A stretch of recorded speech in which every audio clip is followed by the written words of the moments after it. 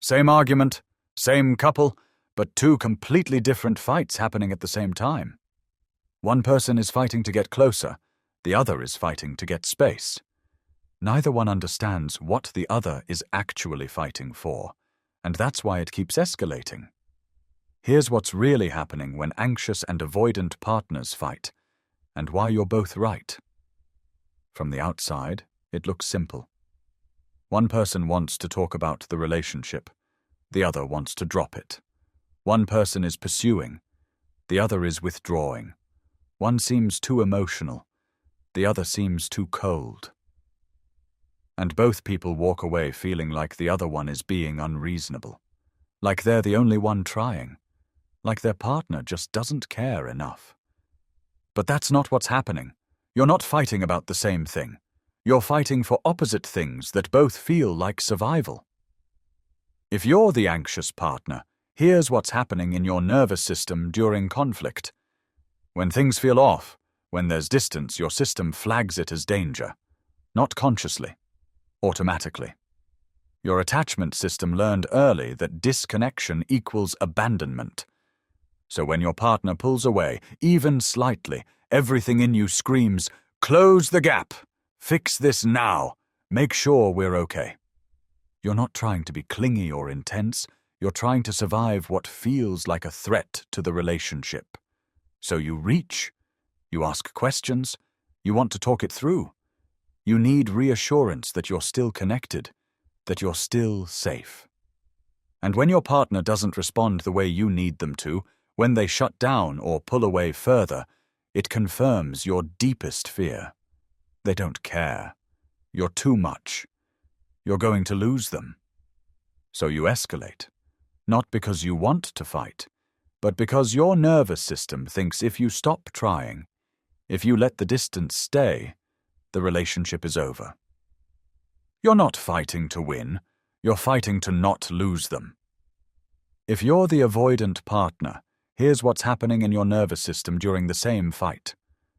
When conflict starts, when emotions get intense, your system flags it as danger, not consciously, automatically. Your attachment system learned early that closeness comes with a cost. Maybe it meant losing yourself. Maybe it meant being overwhelmed or controlled. Maybe depending on someone wasn't safe. So when your partner gets emotional, when they pursue you for reassurance, everything in you screams, create space, protect your autonomy, don't get swallowed up. You're not trying to be cold or dismissive, you're trying to survive what feels like engulfment. So you pull back, you shut down, you need space to think. You need the intensity to lower before you can even process what's happening. And when your partner keeps pushing, keeps pursuing, keeps needing more from you, it confirms your deepest fear. You'll lose yourself. You won't have room to breathe. You'll be trapped. So you withdraw further, not because you don't care, but because your nervous system thinks if you don't create distance, you'll disappear. You're not fighting to win. You're fighting to not lose yourself. Here's the trap. The anxious partner's attempt to feel safe, to close the gap, to get reassurance, is the exact thing that makes the avoidant partner feel unsafe. It registers as pressure, as demands, as losing themselves.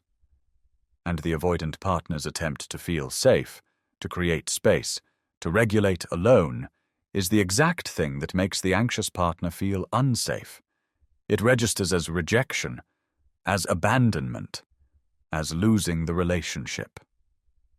You're both trying to survive, but the way you survive triggers the other person's survival response. And neither of you is wrong. You're just stuck in a loop where both of your nervous systems think the other one is the threat. Breaking this cycle doesn't mean one person wins and the other loses. It means both of you understanding what the other is actually fighting for. Anxious partners, your partner's withdrawal isn't rejection, it's regulation. They need space to come back, not because they don't care, but because that's how they care. Give them space without filling it with panic. Avoidant partners, your partner's pursuit isn't control, it's fear. They need reassurance to calm down, not because they're needy, but because their system is in threat mode. Give them connection without shutting down. Neither of you is broken. You're just two different nervous systems trying to feel safe in opposite ways. Understanding that is the first step. If this helped, we make videos like this every week. Subscribe if you want more. Thanks for watching. We'll see you in the next one.